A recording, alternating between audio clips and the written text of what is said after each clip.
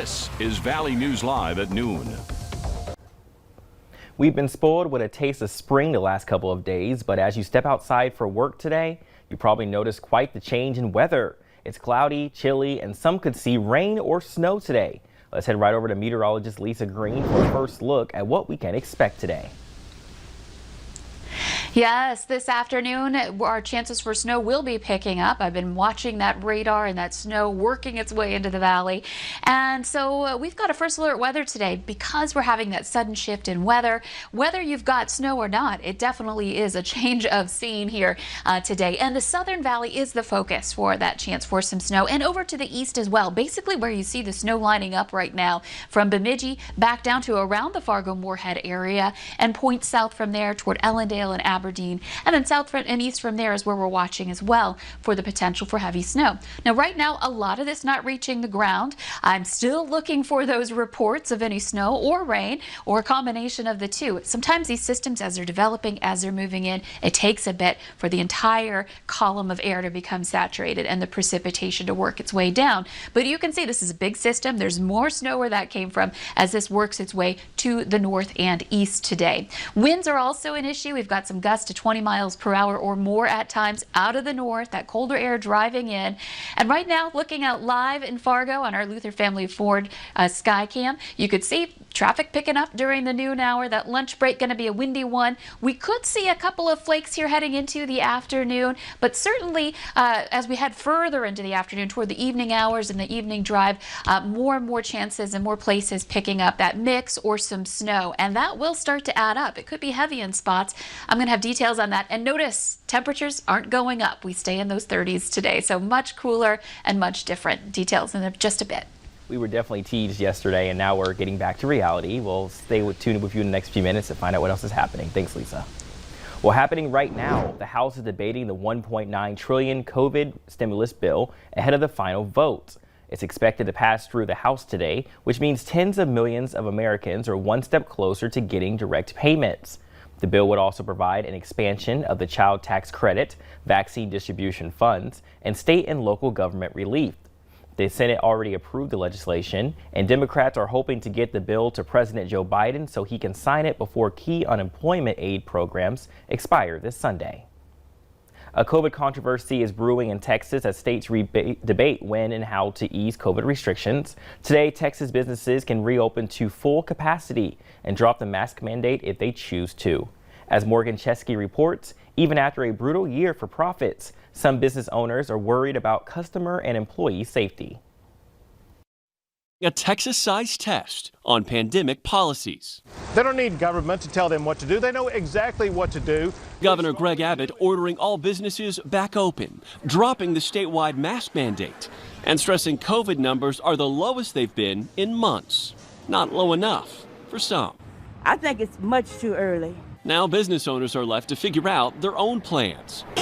At Ascension Coffee in Dallas, they're back to 100% capacity, but mask policies here aren't changing. Manager Shane Obar cautiously optimistic. My biggest concern is that people are going to not take this pandemic seriously. In Houston, when Pico's Mexican restaurant announced its mask-on policy wasn't changing, some threatened to call immigration on employees. In Austin, the city using a public health mandate to override the governor's order. The mayor saying leaders should look to the science and data. Texas, one of more than a dozen states now without mask mandates. In California, stadiums reopening in weeks with restrictions.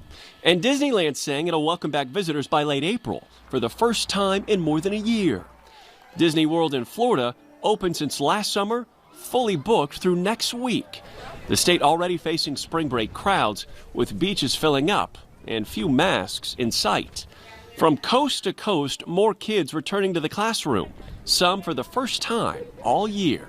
Beginning to welcome some of our students back is a little bit of a light at the end of the tunnel. Morgan Chesky, NBC News, Dallas. A Jamestown man is facing charges of terrorizing and arson following a fire near Zipolani. The Stutsman County Sheriff's Office says Raymond Rizzer is accused of threatening to set a home on fire and then actually starting a fire to destroy property. Police were able to track him down after spotting his vehicle at the scene. Rizzer is being held in the Studsman County Correctional Center on $10,000 bond. North Dakota environmental officials are rushing on an unusual cleanup after a couple dozen dead cattle were found floating in the Missouri River in central North Dakota. They say about 25 head were found in the river Monday, and county deputies have now located the owner. The cattle apparently wandered into the ice and broke through north of Bismarck-Mandan. Workers with the State Division of Water Quality are monitoring conditions as the carcasses are removed. Well, new for you at noon. WeFest just announced a full lineup for the Country Music Festival, August 5th through the 7th. Headliners include Florida Georgia Line on Thursday, Dierks Bentley on Friday, and Blake Shelton on Saturday. Several local acts will also take the stage. Now, the massive three-day festival has made its home at Soul Pass Ranch in Detroit Lakes for 37 years. WeFest officials say improvements have been made to the festival grounds, and an expanded general admission area will bring fans 200 feet closer to the stage. Tickets and camping passes are on sale at thewefest.com. 161 people are becoming U.S. citizens today in ceremonies at the Sanctuary Events Center in downtown Fargo. 4 ceremonies are taking place throughout the day. The citizenship candidates originate from 37 different countries and now live in Fargo, West Fargo, Grand Forks, Jamestown, and several cities in western North Dakota. As we celebrate Women's History Month, many of us are learning more about the struggles women faced as they fought for rights in our country. A new exhibit at MSUM includes large interactive posters that span the history of voting rights from 1848 to 2020. Now, the posters show how women, people of color, and indigenous people fought for voting equality. You can scan the QR code to engage directly with this history.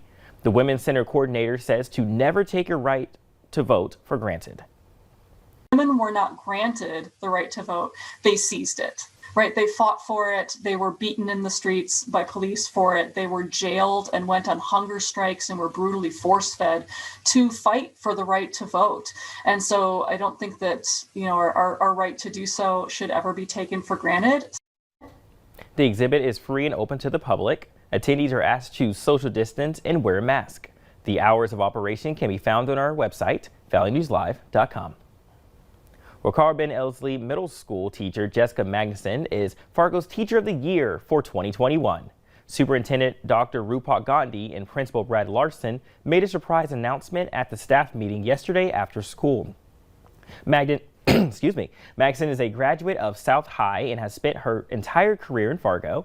Coworkers say she's a reflective teacher who not only believes in students, but helps them believe in themselves. Well, coming up at noon, tools and toys that could help younger kids cope with emotional stress of the pandemic. And a big weather change today, going from warm to chilly. Weather up next to plan your day with meteorologist Lisa Green.